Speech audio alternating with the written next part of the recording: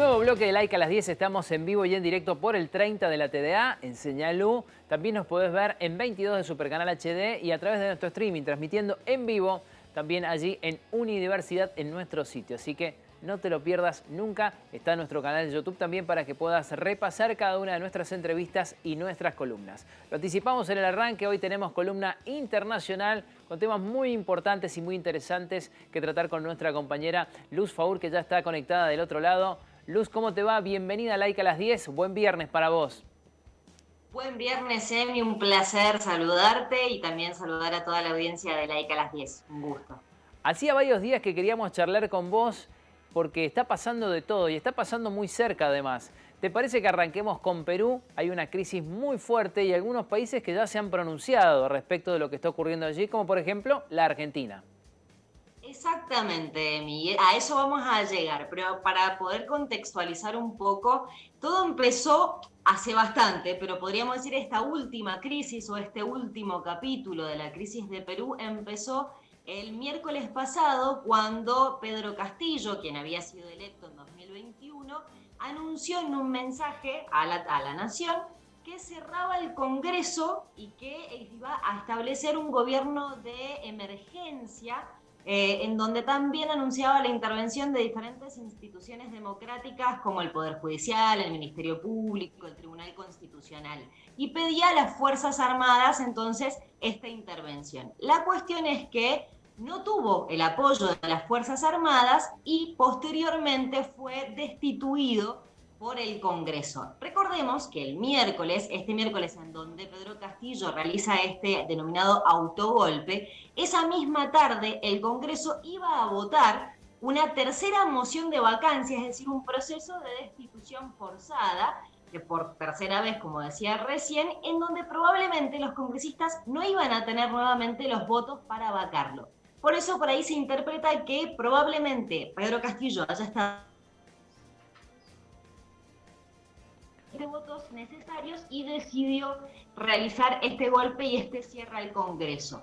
Posteriormente, como te decía, no obtuvo el apoyo de las Fuerzas Armadas, quedó solo y fue destituido por permanente incapacidad moral y también posteriormente detenido, inclusive por la misma policía de la custodia del presidente, porque según lo que argumenta la Fiscalía, estaba dirigiéndose hacia la Embajada de México en donde había solicitado asilo, que esto de hecho también fue confirmado por la Cancillería de México, en donde habían dicho que Castillo había solicitado asilo allí en el país. Luz, ¿hay similitudes entre esto y lo que ocurrió en Bolivia? Y yo te diría que, a ver, como para diferenciarlo de la cuestión de Bolivia, hubo una intervención también por parte de la OEA, que eso agravó las circunstancias. Sí. Y no fue tanto así el tema de, por ejemplo, lo que pasó con Yanine Áñez, que no había quórum y ella se autoproclamó presidenta. Ajá, claro, sí. Es distinto, digamos, es similar, pero es distinto. En este caso no hay, digamos, nada que se contradiga en cuanto al accionar de Pedro Castillo. Pedro Castillo actuó de manera irresponsable, cometiendo un delito que es cerrar el Congreso sin justa causa, fue completamente ilegal e intentó establecer un golpe de Estado. Distinto fue lo que pasó en ese momento con Evo Morales, que las Fuerzas Armadas le pidieron que renunciara a Evo Morales, en donde lo que es esto se interpretó como un golpe de Estado por parte de las Fuerzas Armadas. En este caso fue el mismo presidente que llamó a las Fuerzas Armadas a que intervinieran el Congreso y las distintas instituciones democráticas y no tuvo el apoyo que pensó o que quizá había negociado y posteriormente las Fuerzas Armadas se hicieron un costado. La cuestión es que, como bien señalabas vos también, Emi, ha habido bastantes reacciones por parte de la comunidad internacional, por ejemplo, Argentina, Bolivia, Colombia y México, dieron a conocer un comunicado en donde condenaban lo que había pasado en la detención de Pedro Castillo y hablaban de un permanente hostigamiento, un hostigamiento ilegal por parte del Congreso. Eso es verdad. El Congreso, lo hemos visto a lo largo de todo lo que ha sido este año y medio que ha asumido Pedro Castillo, ha tratado de vacarlo en diferentes ocasiones. 3 veces intentó realizar un juicio político, se han realizado 6 investigaciones penales en contra de Pedro Castillo. Ha habido, digamos, justamente una rispidez, una tensión permanente por parte del Congreso, pero eso no justifica el accionar por parte de Pedro Castillo de querer cerrar el Congreso, o sea, está actuando de la misma manera, de manera ilegal. Por lo tanto, esta acción por parte de Argentina, de Colombia, de México y de Brasil, de Bolivia, ha sido interpretado como una injerencia en la política interna de este país, porque si bien Dina Boluarte, que era la vicepresidenta, asume ahora como la presidenta, es legal, porque es lo que establece la Constitución Política de Perú, y digamos, no necesariamente no es legitimada, porque el pueblo claramente no está a favor de Dina Boluarte, pero es legal que ella haya asumido y de hecho fue aprobada por el Congreso. Luz, ¿y ahora? ¿Ahora hay que esperar hasta 2024, las elecciones del 2024? Hay que ver, porque, bueno, Dina Boluarte, teóricamente, cuando asume, ella jura continuar su mandato hasta junio de 2026, que es cuando se terminaba el gobierno de Pedro Castillo. Ahí vemos que explotan las manifestaciones, principalmente las manifestaciones son, o sea, lo que reclaman es que se cierre el Congreso y que se llame inmediatamente a elecciones. Dina Boluarte primero dijo que iba a llamar a que las elecciones se anticiparan a abril de 2024 y esta semana, el martes puntualmente, dijo que presentó un proyecto ante el Congreso para adelantarlas aún más a las elecciones para diciembre de 2023. El tema es que ya no depende de Dina Boluarte, sino que de qué depende. Del Congreso. Los 130 congresistas que están siendo muy cuestionados, que de hecho tienen un 80% de desaprobación por parte de la población, depende de ellos si se celebran las elecciones en diciembre de 2023 y de hecho están sesionando en este momento. Lo que se sabe es que la gente está pidiendo que se adelanten lo más posible. Antes de diciembre de 2023 es prácticamente imposible por una cuestión de que para poder llamar a elecciones se tiene que hacer una reforma constitucional y una reforma del sistema político. Por lo tanto, no dan los meses según lo que señalan desde el Congreso. Pero otros dicen que es necesario que vayan a abril de 2024.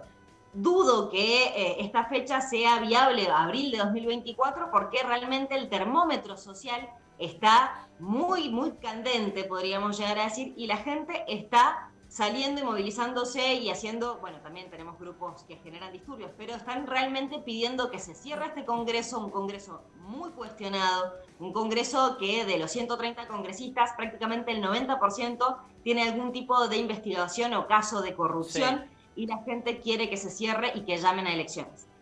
Bueno, habrá que esperar, Luz. Nos vamos para Brasil, si te parece, porque ya comenzó la cuenta regresiva para poder conocer a Lula modelo 2023, con algunos nombres que ya se van conociendo de su gabinete y un gran desafío que tiene el futuro presidente de Brasil.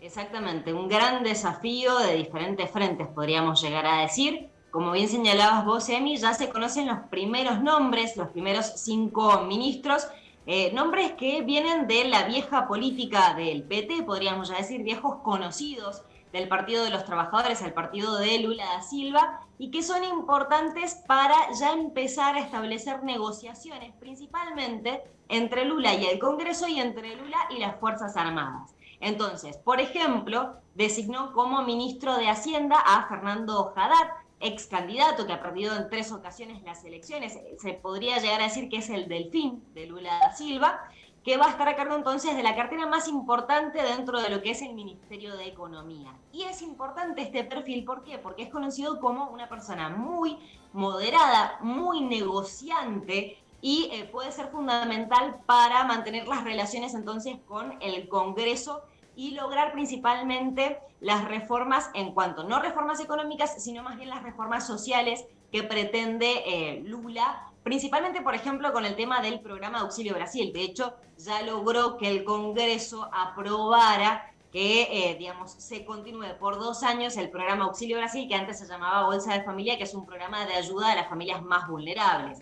Entonces, va por ese lado del Fernando Haddad. Pero después, por ejemplo, conocemos el nombre de Mauro Vieira, que es el que fue designado ministro de Relaciones Exteriores, que fue canciller en épocas muy importantes de Brasil. Recordemos que Mauro Vieira fue canciller, fue embajador, perdón, de Brasil en Estados Unidos en lo que fue el segundo mandato de Obama, o sea que a él se le atribuyen en cierta forma las buenas relaciones que mantenía Lula da Silva con el gobierno de Estados Unidos en ese momento. También fue canciller en la Argentina durante los gobiernos de Néstor y de Cristina. También fue representante de Brasil en la ONU, o sea, tiene un papel fundamental y de él depende prácticamente lograr lo que Lula prometió en campaña, que es volver a posicionar a Brasil como un actor principal en el mundo, algo que Bolsonaro relegó. También conocemos una figura muy importante que es José Mucio en el Ministerio de Defensa, que tiene muy buenas relaciones con Bolsonaro. ¿Y por qué lo elige entonces a José Mucio? Bueno, porque justamente a través del vínculo entre Mucio y Bolsonaro puede tratar de aplacar un poco las tensiones que hay con las Fuerzas Armadas. Lula da Silva no ha tenido grandes respaldos por las Fuerzas Armadas y recordemos que los militares han tenido un rol preponderante en lo que fue el gobierno de Bolsonaro. Entonces allí también está tendiendo negociaciones. Y también, bueno, vemos a Flavio Dino en justicia, que es un rol importante, y a Rui Costa en lo que sería la presidencia, que vendría a ser como el jefe de gabinete de aquí, de Argentina. Así que importantes nombres, todos hombres, pero lo que dijo Lula es que a partir de ahora se van a conocer otros nombres de lo que va a ser la constitución de su cartera. Entre ellos, por ejemplo, uno de los nombres que resuena es Mariana Silva, en lo que sería la cartera de medio ambiente, que fue una persona fundamental para el cuidado de la Amazonía durante el primer gobierno de Lula da Silva. Bien, bueno, habrá que esperar entonces por esos nombres. Terminamos, Luz, nuestro recorrido con Israel, donde una vieja cara conocida regresa. Exacto, una vieja cara conocida, como vos decís, pero en esta ocasión bastante preocupante, porque no regresa solo, sino que viene con un gabinete muy, muy marcado hacia la derecha. De hecho, se habla del gobierno más extremista en cuanto a la historia de Israel. Y estamos hablando de Benjamín Netanyahu, quien fue primer ministro de Israel en un total de 15 años. La última vez estuvo 12 años consecutivos.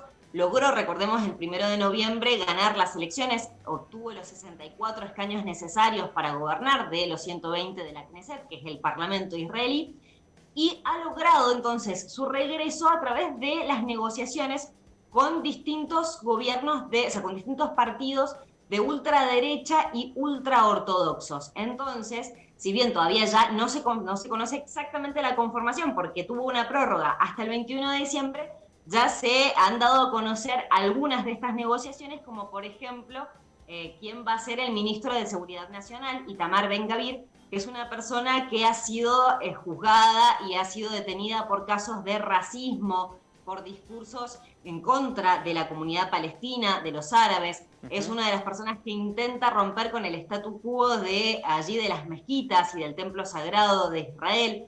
Por ejemplo, también ha logrado la coalición con Avi Maoz, que es quien representa, o el líder de Noam, un partido ultraortodoxo que tiene una retórica homofóbica completamente, y él va a estar a cargo de lo que sería la cartera que establece las distintas actividades extracurriculares, algo que es, digamos, muy normal en Israel, que en esas actividades extracurriculares se brinden conocimientos en cuanto a la comunidad o talleres en cuanto a la comunidad LGTBIQ+, así que esto genera muchísima preocupación. Hay que ver por dónde va. Actualmente, quien está en el poder es Yair Lapid, que está de manera interina hasta que se conforme este gobierno. Ha salido a decir que este gobierno conformado por Netanyahu es un gobierno demente, que está formando una estructura que es indomable y que realmente la situación es muy preocupante para Israel porque Netanyahu no tiene el poder de lo que tenía en sus primeros gobiernos, sino que justamente para lograr volver al poder